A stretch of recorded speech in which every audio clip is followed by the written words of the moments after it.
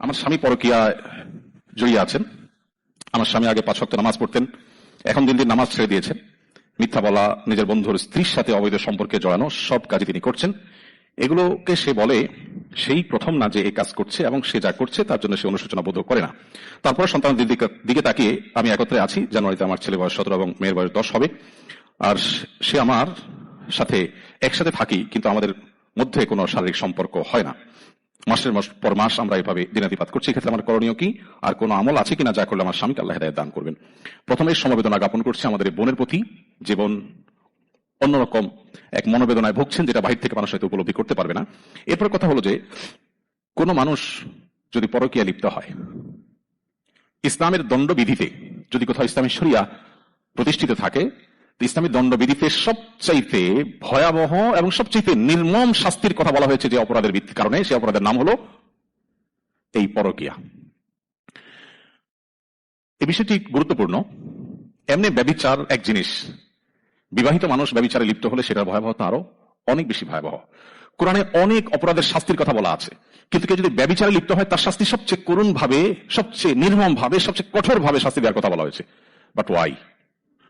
দুজন মানুষ নিজেদের সম্মতিতে এই অপরাধ কর্ম, এই গুনাহের কাজে লিপ্ত হয়েছে, তারা তো কারোর ক্ষতি করছে না। ইসলামের দৃষ্টিতে আপনি অন্য 10টা কবিরা গুনায় লিপ্ত হলে যতটা অপরাধী হবেন, আপনি জেনায় লিপ্ত হলে, বিবাহিত মানুষ জেনায় লিপ্ত হলে তার চাইতে অনেক বেশি ভয়াবহ অপরাধ হিসাবে ইসলাম দেখে। কিন্তু কেন? এখানে তো সোসাইটির কোনো ক্ষতি হচ্ছে না, দুজন মানুষ সম্মত, কারোর ক্ষতি তারা করছে না, আল্লাহ বিধান লঙ্ঘন করছেন। বাট এটাকে ইসলাম এত কঠোর ভাবে কেন দেখেছে এবং এত কঠোর নির্দেশ কেন দিয়েছে এর শাস্তির ব্যাপারে? এর কারণ হলো, মানব সভ্যতা পৃথিবীতে টিকে থাকবে মানুষের, অর্থাৎ পুরুষ এবং নারীর স্বাভাবিক বৈবাহিক সম্পর্কের মধ্য দিয়ে। এর বাইরে যত আইডিয়া পৃথিবীতে ইমপ্লিমেন্ট করা হচ্ছে, এর প্রত্যেকটা ব্যর্থ হতে বাধ্য, বরং ইতিমধ্যে ব্যর্থ হয়ে গেছে। আপনি শুধু চোখ দুটি একটু মেলে দেখুন আপনার আশপাশে, আমি নিশ্চিত করে আপনাকে বলতে পারি আল্লাহর প্রতি ঈমান আপনার বেড়ে যাবে। কারণ নারী পুরুষের বৈধ বা বৈবাহিক সম্পর্ক ছাড়া যত রকমের সম্পর্ক অ্যালাউ করে পৃথিবীর যত রকমের সোসাইটি বা সমাজ, এগুলো দিন দিন মানুষের অস্তিত্বকে পৃথিবীতে সংকটের মধ্যে ফেলে দিচ্ছে। সে সমস্ত দেশগুলোতে আপনারা জানেন জেনারেশন তৈরি হচ্ছে না, নতুন করে প্রজন্ম গড়ে উঠছে না, সন্তানের জন্মের হার কমতে কমতে ভয়াবহ আকার ধারণ করছে।